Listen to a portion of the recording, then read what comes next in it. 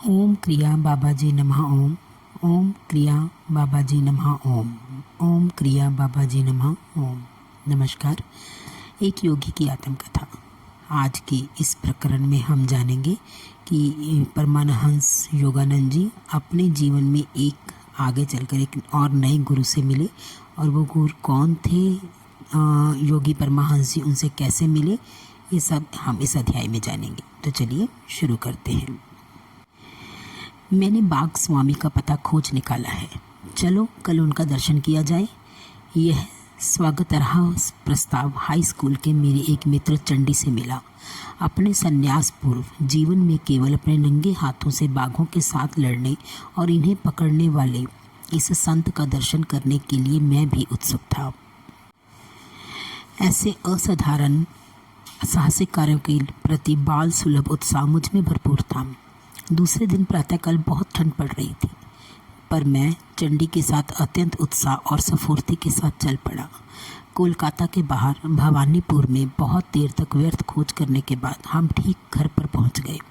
दरवाजे पर लोहे की 2 गोलाकार कड़ियां लगी हुई थी। मैंने उन्हें बहुत ज़ोर ज़ोर से खटखटाया। उस कर्ण कर्कश खड़खड़ाहट को सुनकर भी एक नौकर अंदर से धीरे धीरे आराम पूर्वक चलता हुआ हमारी ओर आया। उसकी व्यंग्यात्मक मुस्कान इस बात का द्योतक थी कि शोर मचाने वाले आगंतुक भी एक संत के घर की शांति भंग नहीं कर सकते। उसकी मौन भर तसना को हमने अनुभव किया, पर बैठक में आने के लिए आमंत्रित किए जाने पर चंडी और मैं उसके प्रति कृतज्ञ थे। वहाँ लंबी प्रतीक्षा हम लोगों के मन में शंका कुशकाएं उत्पन्न करने लगी। सत्य की खोज करने के वाले के लिए भारत का अलिखित नियम है धैर्य। संत महात्मा कभी कभी जानबूझकर दर्शनार्थी की उत्सुकता का परीक्षा ले सकते हैं। पाश्चात्य डॉक्टर और दंत चिकित्सक इस मनोवैज्ञानिक कूटनीति का भरपूर प्रयोग करते हैं। अंततः नौकर द्वारा बुलाए जाने पर चंडी और मैं एक शयन कक्ष में गए। वहाँ सुविख्यात सोहम स्वामी अपने पलंग पर बैठे हुए थे।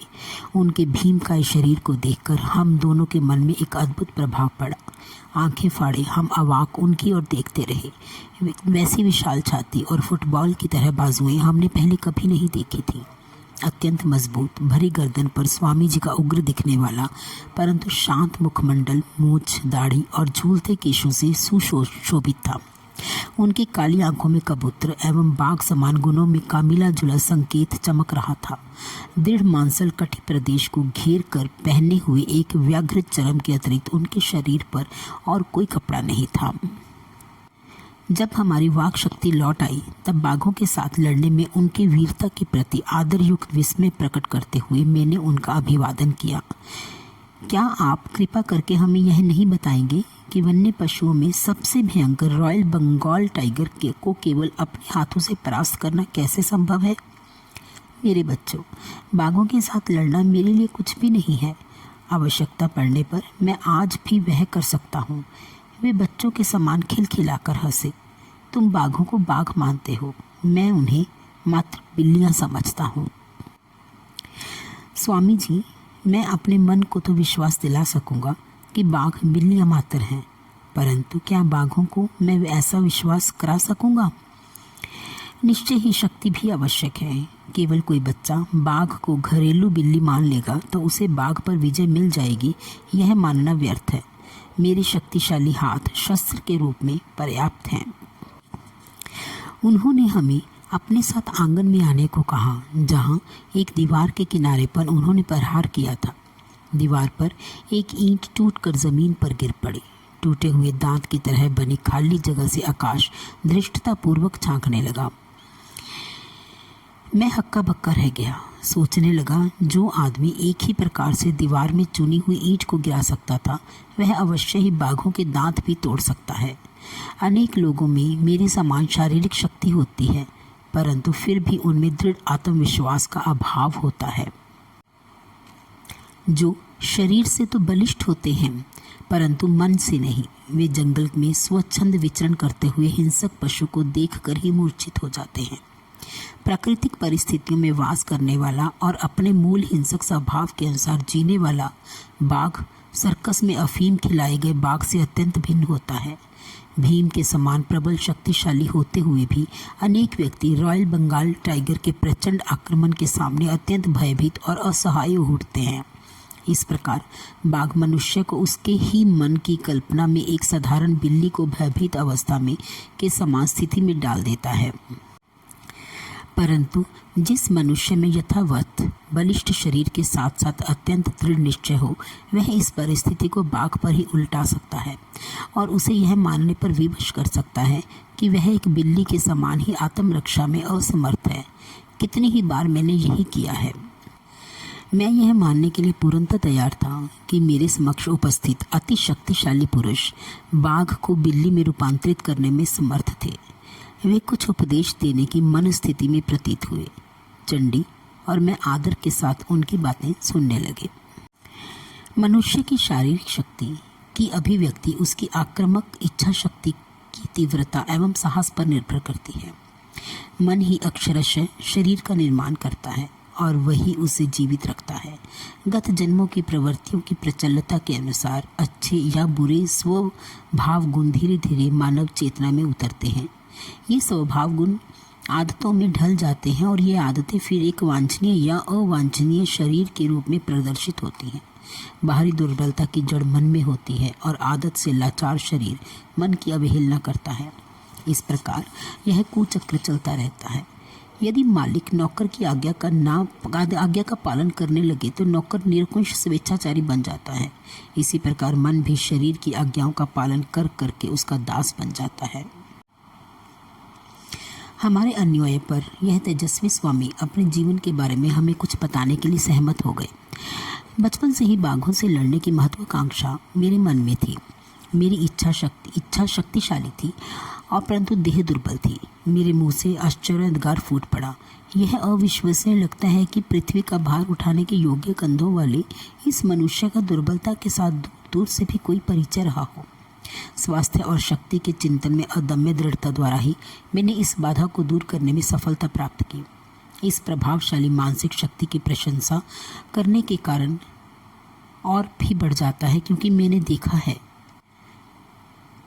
कि रॉयल बंगाल टाइगरों को पराजित करने वाली वस्तुतः यही शक्ति थी। स्वामी जी, क्या आपको लगता है कि मैं भी कभी बाघों के साथ लड़ पाऊंगा? यह मेरा पहला और अंतिम अवसर था जब यह विचित्र महत्वाकांक्षा मेरे मन में उठी। हाँ, वे मुस्कुरा रहे थे। परंतु बाघ अनेक प्रकार के होते हैं। कुछ मनुष्य की इच्छा वासनाओं के जंगल में घूमते हैं। पशुओं को अपने प्रहार से बेहोश कर देने से कोई आध्यात्मिक लाभ नहीं होता। उससे अच्छा यह है कि अपने अंतर में घूमते उन बाघों को पराजित किया जाए। स्वामी जी, क्या आप हमें बताएंगे कि आप हिंसक बाघों को वश में करते करते हिंसक वासनाओं को वश में कैसे करने लग गए? बाघ स्वामी मौन हो गए। अतीत के दृश्य को निहारने का प्रयास करते उनकी दृष्टि सुदूर कहीं लग गई। मैंने भांप लिया कि उनके मन में मेरे अनुरोध को स्वीकार करें या ना करें, इस पर थोड़ी उथल पुथल चल रही थी। अंत में मैंने मन ही मन स्वीकार करके वे मुस्कुरा उठे। जब मेरी कीर्ति चरम बिंदु पर पहुंच गई तब मुझे गर्व का नशा चढ़ने लगा। मैंने तय किया कि मैं न केवल बाघों से लड़ूंगा बल्कि लोगों के सामने उनसे विविध कर्तव्य करवाऊंगा। मेरी महत्वाकांक्षा यह बन गई। मैं हिंसक पशुओं को पालतू जानवरों की तरह बर्ताव करने पर विवश कर दूंगा।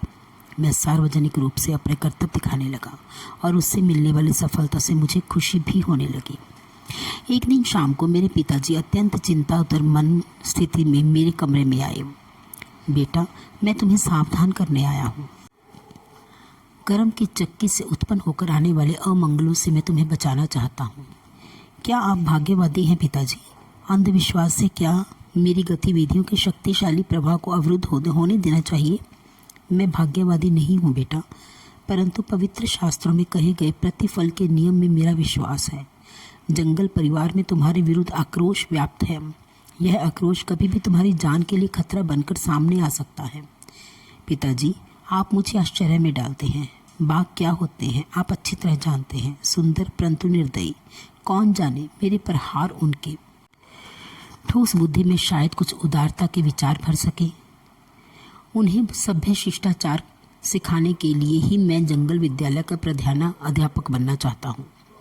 पिताजी, कृपया करके आप मुझे बाघों को पालने वाला बाघ पालक माने, बाघ हत्यारा नहीं। मेरे यह सत्कर्म मेरा अनिष्ट कैसे कर सकते हैं? मैं आपसे प्रार्थना करता हूँ कि आप मुझे अपने जीवन का मार्ग बदलने की आज्ञा ना दें। चंडी और मैं ध्यानपूर्वक सुन रहे थे और अतीत के इस धर्म संकट को समझ रहे थे। भारत में कोई संतान अपने माता पिता की इच्छाओं का अनादर नहीं करती, बाघ स्वामी आगे कहते गए। निर्विकार मौन में पिताजी ने मेरा स्पष्टीकरण सुना। तदुपरांत उन्होंने गंभीरतापूर्वक एक रहस्य उद्घाटन किया। बेटा, तुम मुझे एक संत की अमंगल सूचक भविष्यवाणी दोहराने पर विवश कर रहे हो। कल जब मैं बरामदे में बैठकर नित्य की भांति अपना ध्यान कर रहा था, तब वे मेरे पास आए। मित्रवर, मैं आपके युद्ध प्रिय बेटे के लिए एक संदेश लेकर आया हूँ। उससे कहिए कि वह अपनी बर्बर गतिविधियां बंद कर दे, अन्यथा बाघ के साथ उसकी अगली लड़ाई में उसे अनेक दुस्साध्य घाव होंगे, जिससे 6 महीने तक वह मरणासन अवस्था में पड़ा रहेगा। तब वह अपना पुराना मार्ग छोड़कर सन्यासी बन जाएगा। इस कहानी का मुझ पर कोई भी प्रभाव नहीं पड़ा। मैंने यही माना कि पिताजी किसी भ्रांतिग्रस्त कट्टरवादी की भ्रांति का शिकार हो गए हैं। यह कहते हुए बाघ स्वामी के हाव भाव इतने अधीर और ऐसे थे मानो अपनी मूर्खता पर उन्हें क्रोध आ रहा। काफ़ी देर तक वे गंभीर मुद्रा में मौन बैठे रहे, जैसे वहाँ हमारी उपस्थिति का उन्हें कोई भान ना हो। फिर उन्होंने अकस्मात ही अपनी कहानी आगे शुरू की। इस बार उनकी आवाज़ में नरमी आ गई थी। पिताजी की चेतावनी के कुछ ही दिन बाद मैं राजधानी कूच बिहार गया। प्राकृतिक सौंदर्य से भरा यह प्रदेश मेरे लिए नया था और मैं सुखप्रद परिवर्तन की आशा कर रहा था। जैसा हर जगह सदा ही होता था, वहाँ भी सड़कों पर मेरे पीछे पीछे उत्सुक लोगों की भीड़ चलती रहती थी। उनके फुसफुसाहट के कुछ अंश कभी कभी मुझे सुनाई पड़ते थे। यह वही आदमी है जो जंगली बाघों के साथ लड़ता है। उसके वे पैर हैं या पेड़ के तने? उसका चेहरा तो देखो, वह स्वयं बाघों का राजा का अवतार मालूम होता है। तुम तो जानते ही हो गांव के नटखट छोकरे किस प्रकार ताज़ा समाचार पत्र का काम करते हैं और किस गति से महिलाओं की मौखिक जन सूचना प्रणाली इस घर से उस घर तक समाचार पहुंचाती है। कुछ ही घंटों में मेरी वहां उपस्थिति से सारे शहर में खलबली मच गई। संध्या के समय मैं चुपचाप आराम कर रहा था कि घोड़ों की टापों की ध्वनि सुनाई दी। मैं जिस घर में रुका था उसी के सामने आकर वह ध्वनि रुक गई। लंबे कद के पगड़ीधारी पुलिस सिपाहियों का एक दल अंदर घुस आया। मैं अवाक रह गया। मैंने सोचा, इन पुलिस वालों के लिए कुछ भी संभव है। कहीं वे मेरे लिए पूर्णतः अगम्य किसी बात पर मेरी खिंचाई करने तो नहीं आए हैं। परंतु उन्होंने अपने सामान्य व्यवहार के विपरीत अत्यंत विनय के साथ मेरा अभिवादन किया। आदरणीय महोदय, कूच बिहार के युवराज की ओर से आपका स्वागत करने के लिए हमें भेजा गया है। उन्होंने कल प्रातःकाल आपको अपने राजप्रसाद में पधारने का आमंत्रण भेजा है। मैं थोड़ी देर इस पर सोचता रहा। किसी अज्ञात कारण से अपनी इस शांत यात्रा में उपस्थित हुए इस विघ्न से तीव्र उद्वेग की भावना मेरे मन में उठ रही थी। परंतु पुलिस वालों की विनयशीलता ने मेरे हृदय को छू लिया। मैंने निमंत्रण स्वीकार किया।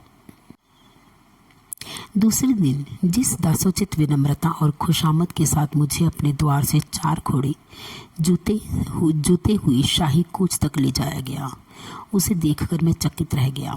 एक सेवक तीव्र धूप से मुझे बचाने के लिए एक अलंकृत छाता मेरे ऊपर पकड़े खड़ा रहा। नगर और उसके बाहर के वन क्षेत्र में से सुखद कूच सवारी करते हुए मुझे बड़ा मजा आ रहा था। युवराज स्वयं मेरा स्वागत करने के लिए राजप्रसाद के सिंह द्वार पर उपस्थित थे। अपने स्वर्ण खचित आसन पर उन्होंने मुझे बैठाया और मुस्कुराते हुए स्वयं उससे कम साज सज्जा युक्त एक आसन पर बैठ गए। यह सब विनम्र सेवा निश्चय ही मुझ पर कोई मुसीबत लाने वाली है, बढ़ते हुए आश्चर्य के साथ मैं सोच रहा था। इधर उधर की थोड़ी बातें करने के बाद युवराज का उद्देश्य प्रकट हो ही गया। मेरे नगर में अफवाह फैली हुई है कि आप केवल अपने नंगे हाथों से जंगली बाघों के साथ लड़ सकते हैं। क्या यह सच है? बिल्कुल सच है। हमें इस पर विश्वास नहीं होता। आप शहरी लोगों के पालिश किए हुए चावल पर पले कोलकाता के बंगाली हैं। कृपया सच सच बताइए, क्या आप केवल निर्बल अफीम खिलाए गए बाघों से ही नहीं लड़ते रहे हैं? उनका स्वर ऊंचा और व्यंग्य भरा था। उनके बोलने के ढंग में उनके प्रांत की शैली की झलक थी। उनके उस अपमानजनक प्रश्न का उत्तर देना मैंने आवश्यक नहीं समझा। हम हाल ही में पकड़े गए अपने बाघ राजा बेगम के साथ लड़ने की आपको चुनौती देते हैं। यदि आप उसका सफलतापूर्वक सामना कर सके और उसे जंजीर से बांधकर चेतन अवस्था में उसके पिंजरे से बाहर निकल सके तो वह रॉयल बंगाल टाइगर आपका हो जाएगा।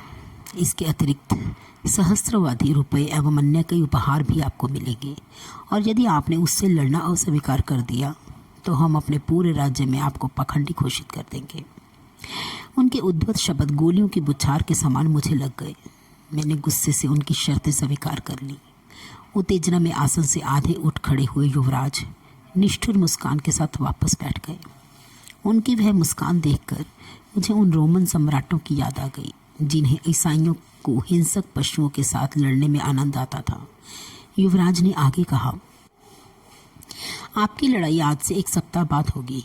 हमें खेद है कि हम लड़ाई से पहले बाघ को देखने की अनुमति आपको नहीं दे सकते हैं। युवराज को कहीं भय तो नहीं था कि मैं बाघ पर सम्मोहन विद्या का प्रयोग करूंगा या उसे अफीम खिलाने का प्रयास करूंगा? मैं नहीं जानता। मैं राजा प्रसाद से चल पड़ा। मजे की बात यह थी कि अब की बार ना तो राज छत्र था और ना ही वह साज सज्जा युक्त कोच। अगले सप्ताह भर में मैं आगामी अग्नि परीक्षा के लिए अपने मन और शरीर दोनों को विधिवत तैयार करता रहा। अपने नौकर द्वारा मुझे विलक्षण कहानियां सुनने को मिल रही थी।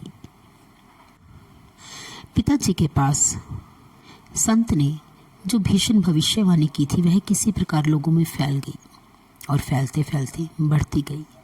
अनेक भोले भाले ग्रामीणों का विश्वास था कि एक दुष्ट आत्मा ने देवताओं के श्राप के कारण बाघ का जन्म लिया था, जो रात को विभिन्न आसुरी रूप धारण करती है परंतु दिन में फिर से बाघ बनकर रहती है। लोगों का अनुमान था कि यह वही आसुरी बाघ है जिसे मेरा गर्व हनन करने के लिए भेजा गया है। एक अन्य कल्पना यह थी कि बाघों की अपनी देवता से की गई प्रार्थनाओं का उत्तर राजा बेगम के रूप में आ गया।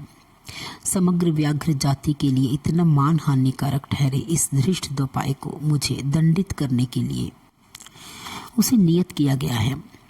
एक लोम दंत विहीन मानव नख दंत युक्त शक्तिशाली पाद युक्त बाघ को चुनौती देने का दुस्साहस करे। लोग यह भी कह रहे थे कि सभी अवमानित बाघों के द्वेष ने मिलकर इतना जोर पकड़ लिया है कि बाघों का मान मर्दन करने वाले इस अभिमानी पुरुष का पतन कराने के लिए वह जोर अब सूक्ष्म नियमों को कार्यान्वित कर रहा है। मेरे नौकर ने मुझे आगे बताया कि युवराज स्वयं मानव और पशु के बीच होने वाले इस द्वंद्व के व्यवस्थापन का कार्यभार संभाल रहे थे। उन्होंने स्वयं अपनी देखरेख में हजारों लोगों के बैठने योग्य एक ऐसे विशाल तंबू का निर्माण कराया जो आंधी तूफान में भी सुरक्षित खड़ा रह सके। उस तंबू के मध्य में लोहे के एक विशाल पिंजरे में राजा बेगम को रखा गया था। इस पिंजरे के बाहर सुरक्षा का एक और घेरा था। राजा बेगम निरंतर खून जमा देने वाली भयंकर गर्जनाएं करता जा रहा था। उसकी क्षुधाग्नि और क्रोधाग्नि दोनों को भड़काने के लिए उसे बहुत कम खाना दिया जा रहा था। शायद युवराज को आशा थी कि मैं उसका पुरस्कार स्वरूप भोजन बनूंगा। डंका बजा बजाकर नगर और आसपास के इलाके में इस अद्वितीय द्वंद्व की घोषणा की जा रही थी। उसे सुनकर लोगों ने भारी संख्या में उत्सुकतापूर्वक टिकटें खरीदी। द्वंद्व के दिन सीटों की कमी के कारण सैकड़ों लोगों को लौटा दिया गया। कई लोग तंबू की दरारों में से अंदर घुस आए या गैलरी के नीचे जहां भी जगह मिली वहीं खड़े हो गए। जैसे जैसे बाघ स्वामी की कथा चरम सीमा की ओर बढ़ रही थी वैसे वैसे मेरी उत्तेजना भी बढ़ती गई। चंडी भी मंत्रमुग्ध होकर अवाक बैठा था। राजा बेगम की कान फाड़ देने वाली गर्जनाओं के और भयभीत दर्शकों के कोलाहल के बीच मैंने शांत मन से तंबू में प्रवेश किया। लंगोट के अतिरिक्त मेरे शरीर पर और कोई भी कपड़ा नहीं था। मैंने सुरक्षात्मक घेरे के दरवाजे का कुंडा सरकाकर उसे खोला और अंदर जाकर अपने पीछे शांत मन से दरवाजे को बंद कर लिया। बाघ को रक्त की गंध लग गई। धड़ाम से लोहे की छड़ों से टकराने की ध्वनि के साथ उसने मेरा भीषण स्वागत किया।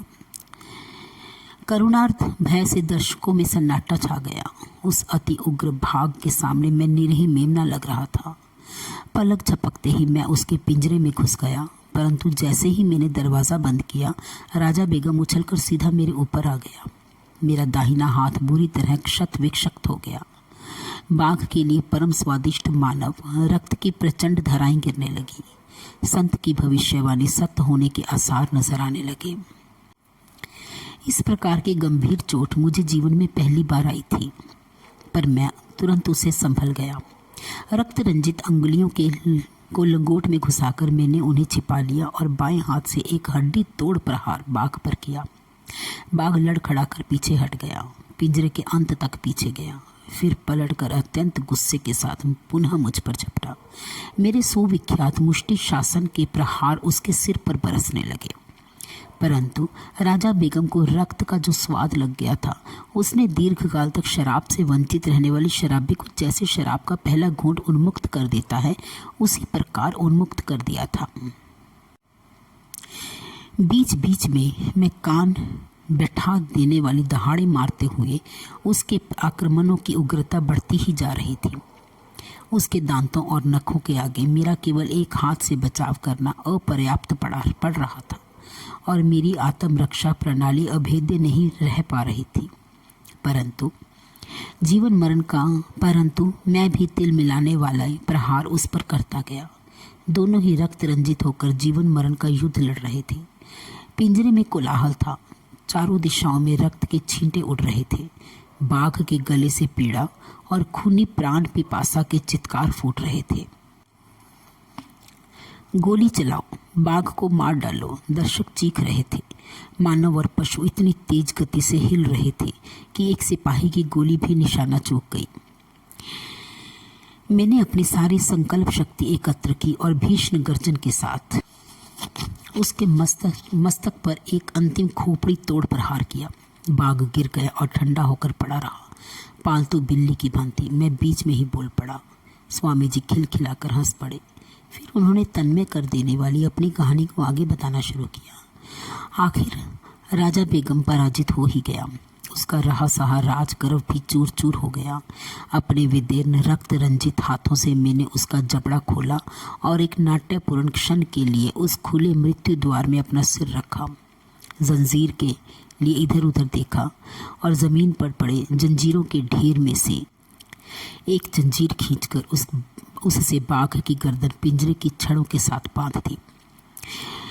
विजयोल्लास में मैं दरवाजे की ओर चलने लगा, परंतु वह मूर्तिमान शैतान राजा बेगम, उसकी कल्पित आसुरी उत्पत्ति के अनुरूप में ही वह जीवित था। एक ही विस्मयकारी झटके के साथ जंजीर तोड़कर वह मेरी पीठ पर झपट पड़ा। मेरा कंधा उसके जबड़े में फंसा हुआ था और ऐसी स्थिति में मैं जोर से नीचे गिरा, परंतु पलक झपकते ही मैंने उसे अपने नीचे धर दबोचा। निष्ठुर प्रहारों के आघातों से वह अर्धमूर्छित हो गया। इस बार मैंने उसे अधिक सावधानी पूर्वक बांध दिया। धीरे धीरे मैं पिंजरे से बाहर निकला। फिर से चारों ओर चीख पुकार सुनाई दी। इस बार वह हर्षोल्लास की थी। भीड़ की चीख पुकार की हर्ष ध्वनि जैसे एक ही विराट गले से निकल रही थी। मैं भीषण रूप से घायल तो हो गया था, परंतु फिर भी मैंने द्वंद्व की तीनों शर्तें पूरी कर दी थी। बाघ को अचेत करना, उसे जंजीर से बांधना और बिना किसी प्रकार की सहायता लिए पिंजरे से बाहर आना। इसके अलावा मैंने उस हिंसक पशु को इस तरह घायल और भयभीत कर दिया था कि मेरे सिर का अप्रतिम पुरस्कार और अपने मुख में पाकर भी उसकी और उसने कोई ध्यान नहीं दिया। मेरे घावों का प्राथमिक उपचार करने के बाद मेरा सम्मान किया गया और मुझे पुष्पहार पहनाए गए। मेरे चरणों में स्वर्ण मोहरों की वर्षा की गई। असाधारण रूप से विशाल और वैसे ही क्रूर बाघ पर मेरी विजय का अंतहीन चर्चाएं चारों ओर से सुनाई दे रही थी। वचन के अनुसार राजा बेगम मुझे दे दिया गया, परंतु मुझे कोई हर्ष नहीं हुआ। मेरे हृदय में आध्यात्मिक परिवर्तन आ गया। ऐसा प्रतीत हो रहा था कि पिंजरे से बाहर निकलने के साथ ही मैंने संसार में अपनी महत्वाकांक्षाओं का द्वार भी बंद कर दिया था। उसके बाद का कुछ समय अत्यंत वेदना और मन संताप से बीता। रक्त में विष फैलने के कारण 6 महीने तक मैं मरणासन अवस्था में पड़ा रहा। कूच बिहार छोड़ने योग्य ठीक होते ही मैं अपने गांव लौट आया। अब मैं जान गया हूँ कि जिन साधुओं ने सावधानी का विवेकपूर्ण इशारा दिया था वही मेरे गुरु हैं। एक दिन विनम्रता पूर्वक मैंने पिताजी से कहा, काश मैं किसी प्रकार उन्हें ढूंढ पाता। मेरी लालसा सच्ची थी, क्योंकि एक दिन वही संत बिना किसी सूचना के हमारे घर पधारे। बाघों का दमन बहुत हो गया। शांत अधिकार पूर्ण वाणी में वे बोल रहे थे, मेरे साथ आओ, मैं तुम्हें मानव मन के जंगलों में विचरने वाले अज्ञान के पशुओं का दमन करना सिखाऊंगा। तुम्हें दर्शकों की आदत हो गई है।